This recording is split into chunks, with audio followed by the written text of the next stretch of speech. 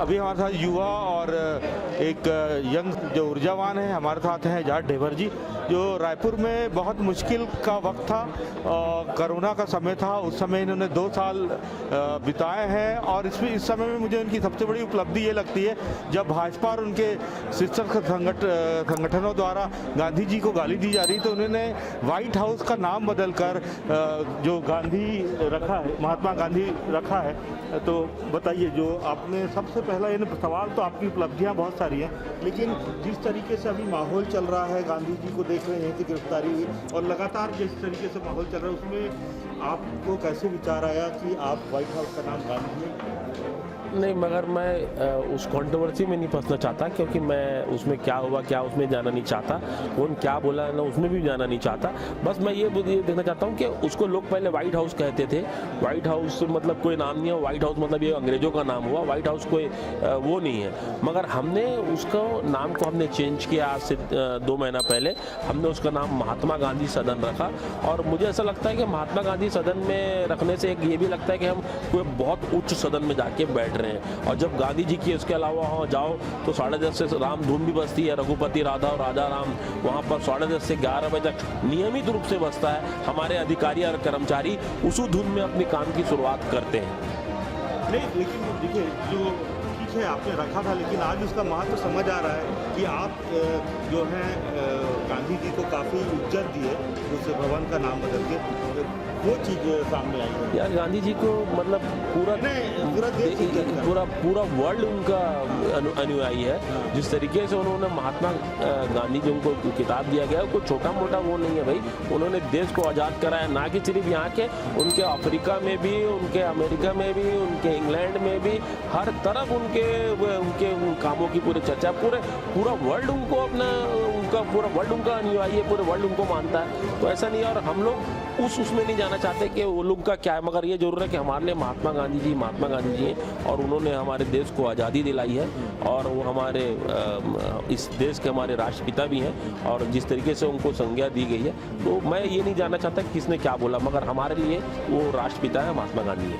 दूसरा सवाल, रायपुर की सबसे बड़ी समस्या ट्रैफिक की थी। आपने नया बस स्टैंड का उद्घाटन किया और यहाँ की ट्रैफिक के लिए आपने बहुत कुछ काम किया है। बस स्टैंड से बसें अंदर आना बंद हुई हैं, जिससे ट्रैफिक खत्म हुआ है और आगे ट्रैफिक की व्यवस्था सुधारनी है। देखिए, ट्रैफिक को लेकर काम तो हुआ है, ट्रैफिक को लेकर कम तो हुआ है, और हम चाहते हैं कि पूरे तरीके से हमारे बाजार व्यवस्थित हो जाए। हम चाहते हैं कि हर जगह आपके पार्किंग की व्यवस्था हो जाए। हमारे साथ सबसे बड़ी चुनौती है 12,000 वेंडर, जो लोग ठेला लगा के बाहर घूमते रहते हैं, उन लोगों के लिए अलग अलग एक बाजार बन जाए। तो उसको लेकर हमारा काम चालू है। एक सवाल और है, 2 साल आपके बीते, 2 साल यानी जैसी आप लोग महापौर बने और कोरोना काल आ गया और फिर से आ गया, 2nd 3rd वेव आ गई, आप लोग का पूरा कार्यकाल जो कोरोना में, उसमें आप उपलब्धि कैसे हासिल कर पाए?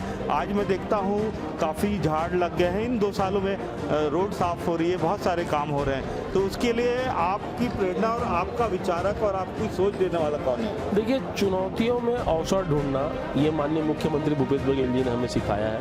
उन्होंने कहा कि हर बुरे वक्त में ही अच्छे की पहचान होती है। अगर कोई बुरा वक्त चलता है, आप चुनौतियों में भी अवसर को ढूंढो।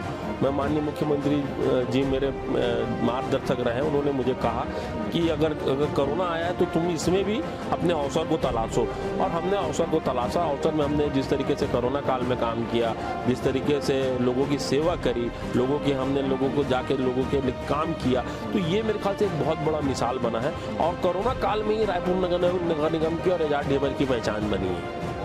सवाल एक और है कि आप महिलाओं के लिए कार्य कर रहे हैं, पिंक टॉयलेट का एक बहुत अच्छा कार्य चल रहा है, उसमें आगे क्या सोच रहे हैं? और भी टॉयलेट जहां पर बाज़ारों में नहीं है, ऐसे टॉयलेट, पिंक टॉयलेट लेडीज़ लोग के लिए और ब्लू टॉयलेट जेंट्सों के लिए हर बाज़ारों में बनाए जाएंगे।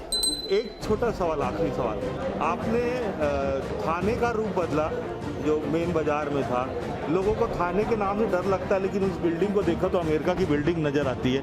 तो देखिए, ये थाने के प्रति आपने सोच बदली है, डर नहीं, ये जरूर है कि अपन ने आज की डेट में वो हिंदुस्तान का 200 नंबर का थाना बड़ा है। पहला थाना वर्ली का है, दूसरा थाना हमारे रायपुर का है। तो जरूर है, उस निखरा भी है, ऊपर में हमारी भी ऑफिस बनी है, स्मार्ट सिटी की ऑफिस बन रही है। तो पूरा एक लोगों का जो है, लोगों का एक कॉन्सेप्ट ही चेंज हो करके जाऊंगा तो जेल रहेगी, जाऊंगा तो वहाँ पर जलती रहे हाँ, तो हाँ लोगों का कॉन्सेप्ट चेंज हुआ है। तो ये स्मार्ट शहर है तो स्मार्ट थाना भी होना चाहिए ना।